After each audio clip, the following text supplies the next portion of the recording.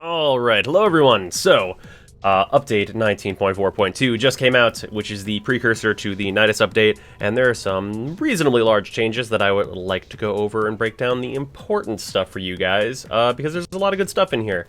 A lot of stuff that I actually did not expect to get, so let's just get started. Okay, so first of all, up here in the additions section, we honestly don't have much. There's like some localization fixes and stuff, which is important.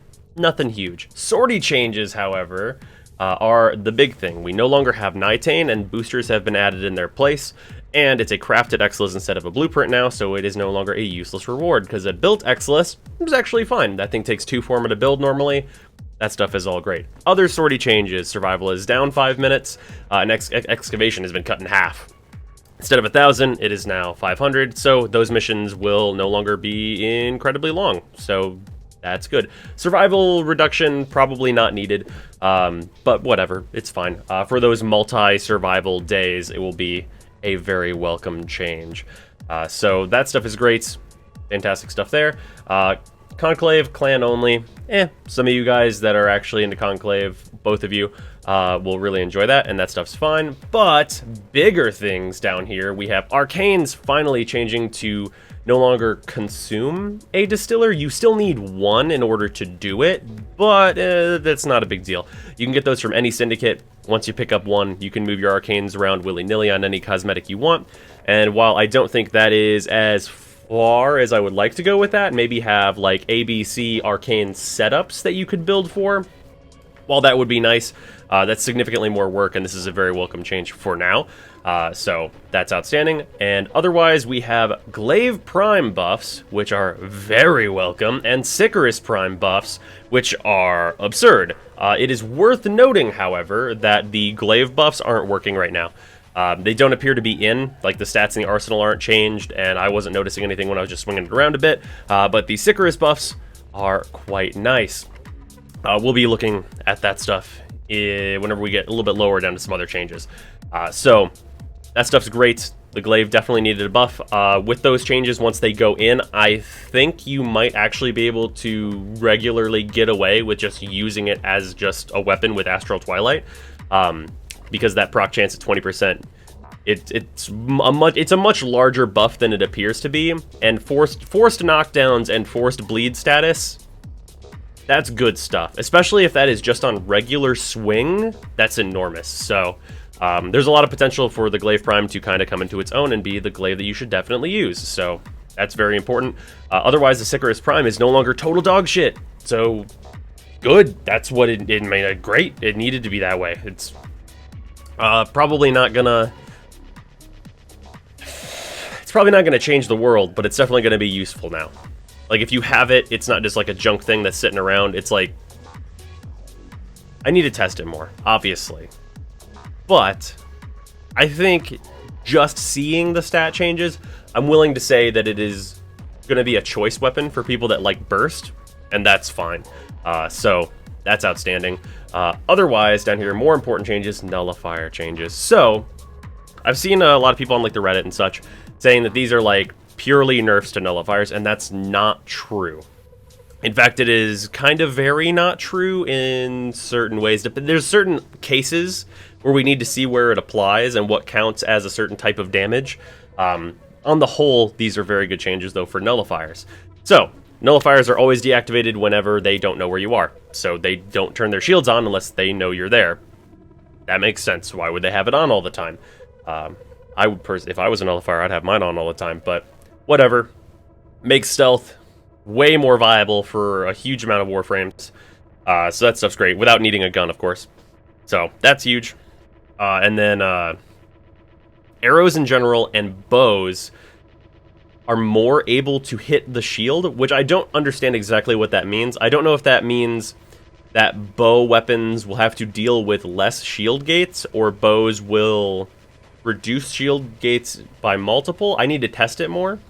But I just fired a couple Rakta shots at it, and it didn't seem much different, but I'm interested. That might be a change that is also not currently working as intended, because I didn't see 100% a huge difference. So Maybe that's just a really minor change that I wasn't really noticing, but them trying to make it so that slow-firing weapons have more of a chance to go through, let's say, bow-only corpus defense, make that a little bit more fun, and not just be like, bring Ivara. That's a good change. Very welcome there to make that just like less of a pain in the ass in general. And then remove the ability for nullifier bubbles to be dispelled by radial damage. So that's the kicker here. That's the nerf. Radial damage is a little unspecific, and I think radial damage can mean a very large variety of things that I, of course, since the patch has dropped, have not had time to test.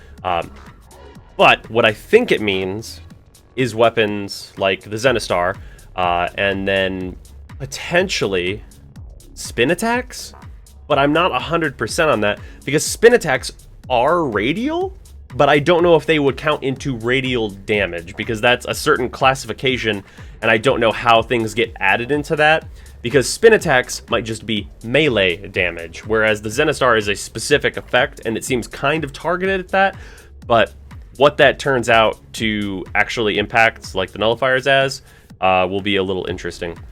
Specifically, if, say, Excal's waves no longer affect the nullifier shield, that would be a very significant nerf to Excal. So, we'll see how that shakes out and what all counts as radial damage. I imagine it will be less of an issue and more of a, like, reasonable nerf to the Zenistar, because it kind of just makes sense. It's being used as a little bit of an AFK weapon, and I realize that's at like 300 days, but incentivizing AFK is no good. So that stuff's fine, great even. And then down here we have some Riven changes, and these are overall good. Mostly like just putting them into chat and selling them changes to that stuff, and then disposition balance changes, which are fine. Disposition being lowered for the Soma, Simulor, and Tonkor. That's surprising. Who? No one? I think no one. Probably absolutely no one being surprised by that. And then disposition being increased for some of the worse weapons. So I wonder if my Flux Rifle Riven got worse. We'll look at that whenever we go back in here. I'm actually very curious if it got worse, because that would be interesting. And then down here in general changes, there's a lot of stuff here, but the only actually really important thing here is the arsenal improvements. So now we're going to take a look at those. So the arsenal improvements are like this. So now we have the ability to search our arsenal in a more specific way, in that we can search by rank, so only your maxed frames and like in order alphabetically, amount of forma they have on them, and obviously you can see that this is still bugged and the top part is cut off, which I imagine they'll fix that. That's just like a minor bug.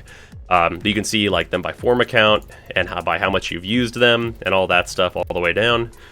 So that stuff is outstanding.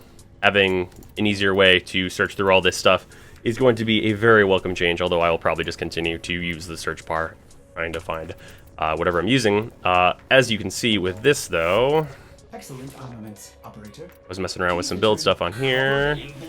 You can see the Sicarus's new stats, which are quite nice, and with Prime Pistol Gambit and Prime Target Cracker, that becomes pretty respectable, especially for a 3-round burst weapon. 60% critical chance is totally fine. So with a little bit of forma, a little bit of time investment, if you like burst weapons, I would say that this is actually a reasonable thing for you to go for at this point.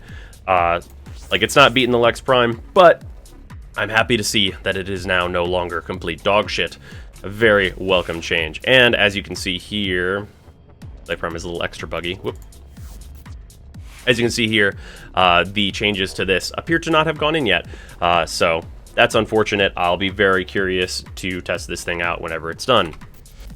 So that's what we have in the arsenal. And real quick, let's just... Can't spell today.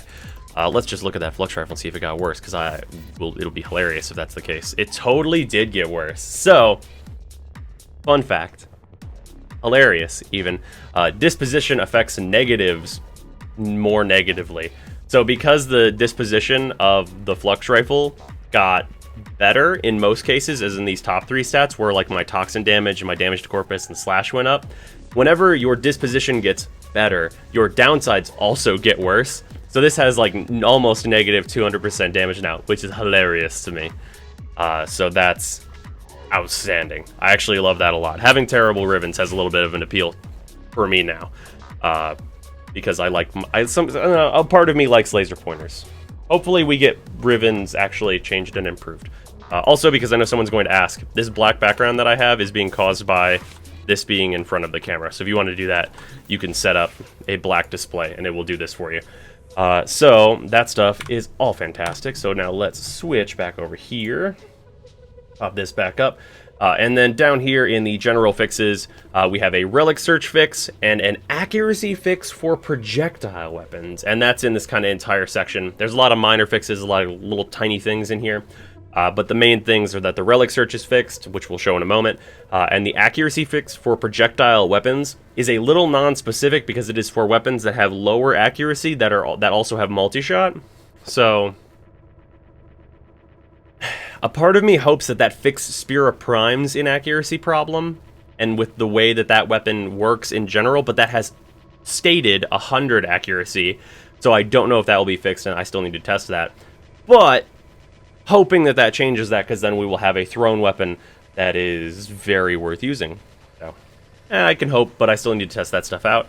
And then moving on to check out the relic stuff. Over here, it used to be that if you open this relic screen and you were to search for, let's say Rhino. Do I really have none left? Oh wait, that was beforehand. Let's go with Trinity. Okay, so searching for Trinity parts. Before, if you were to switch era, you would no longer see the relics pop up that have Trinity stuff in them. Now you can just be like, I'm looking for this, and see all of the eras that you have that stuff for, which is a huge improvement. A very, very welcome change. So we've got that now, which is absolutely outstanding. It'll make my life significantly easier because I need to go on a relic popping spree at some point here, for obvious reasons. So that is patch 19.4.2. Nidus is coming out very soon, and I'm curious to get my hands on him. Hopefully it goes over quite well. But that has been the patch notes breakdown, and I'll see you guys tomorrow.